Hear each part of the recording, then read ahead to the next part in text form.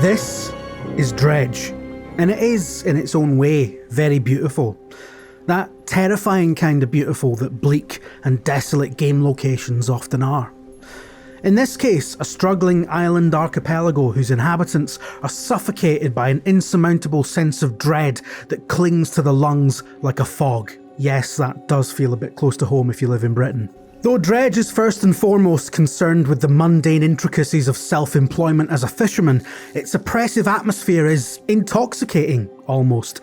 It's deeply compelling, partly because the gameplay is just satisfying on a basic level, but also because these islands are full of fascinating, broken, grotesque people with stories that you get glimpses into when you have dealings with them.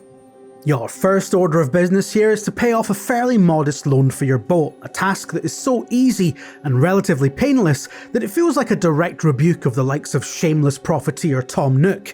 I think it's to give you an easy win early on, so you feel like making your way in Dredge is going to be a piece of piss, when by the end of it you'll probably just rock silently in a corner refusing to talk about it. Which I think in a telling way is a very millennial, very 21st century approach to horror.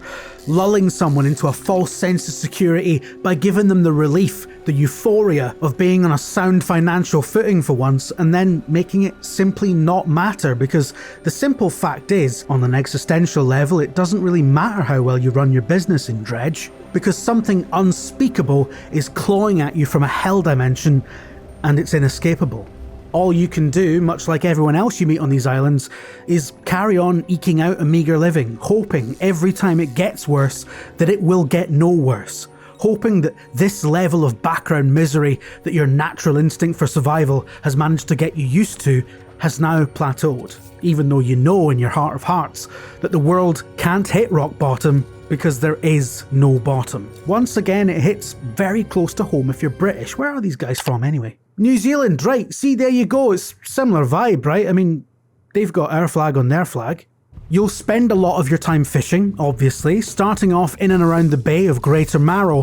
Fishing in this game is a lightly methodical process of going to a spot where fish are and doing mini-games until your cargo hold is full. The bare bones of this job simulation stuff is compelling in and of itself, but soon you'll start getting special orders to fulfill, and the various townsfolk in the world will start giving you wee quests to get on with.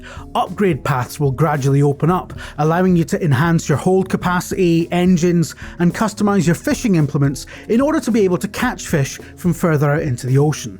You figure out very quickly that this game has some of the best daytime versus nighttime mechanics since Dragon's Dogma. Sometimes, like in life, you have to work late. Certain bounty only comes out to feed at night, especially the prized, mutated fish that have been corrupted by whatever arcane evil is sending everyone mad. Horrifying aberrations put a chill down your spine just to read their descriptions, but fetch a good price from the local fishmonger, who's nice enough, but he's a wee bit odd around the mutant fish to the point where you wonder if it's, I'm just going to say it, sexual, right? But you don't want to think about that, so you just take his doubloons and get on with it. And you suspect at some point you're going to find out what that's all about and whether or not the manky wee dock worker from across the bay is involved, but you do have to ask yourself if you even want to find out, you know? And while you've been thinking about that, you've spent too long outside and you have to bolt back home because it's really fucking creepy out here. Eventually, a mysterious stranger will give you equipment for dredging, the titular activity of pulling stuff out of sunken wrecks. This is a major part of the game's overall artifact hunting main quest, but also opens up a bunch of side quests, some little vignettes that give you a window into the lives and loves of the lost people of these doomed islands. And look, the game's out on the 30th of March, so I don't want to give too much away, but I'm excited about playing the proper full version myself, and I don't want to leave you with the wrong impression. Though there is a permeating sense of dread that hangs in the air of the archipelago, like the music in Twin Peaks, this game is joyful. It's got plenty of humour and light-hearted moments, and I can't stress enough that it feels really good in the hands. I really enjoy just pootling about in the wee boat, and the two halves to this game, one part a cartoonishly Lovecraftian visual novel and the other part a fishing life sim RPG with trading and exploration and danger, are both so compelling and Moorish in their own right that either side of it could be, without too much tweaking, a really good game by itself, which is to say that the whole is more than the sum of its parts.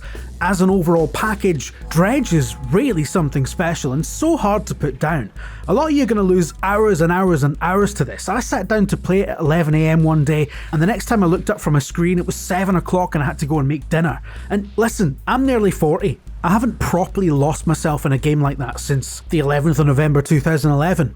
I can't wait to lose myself again when the full version comes out, and I hope thousands upon thousands of you will be joining me, because Dredge has the chops to be, and deserves to be, the water cooler game of 2023.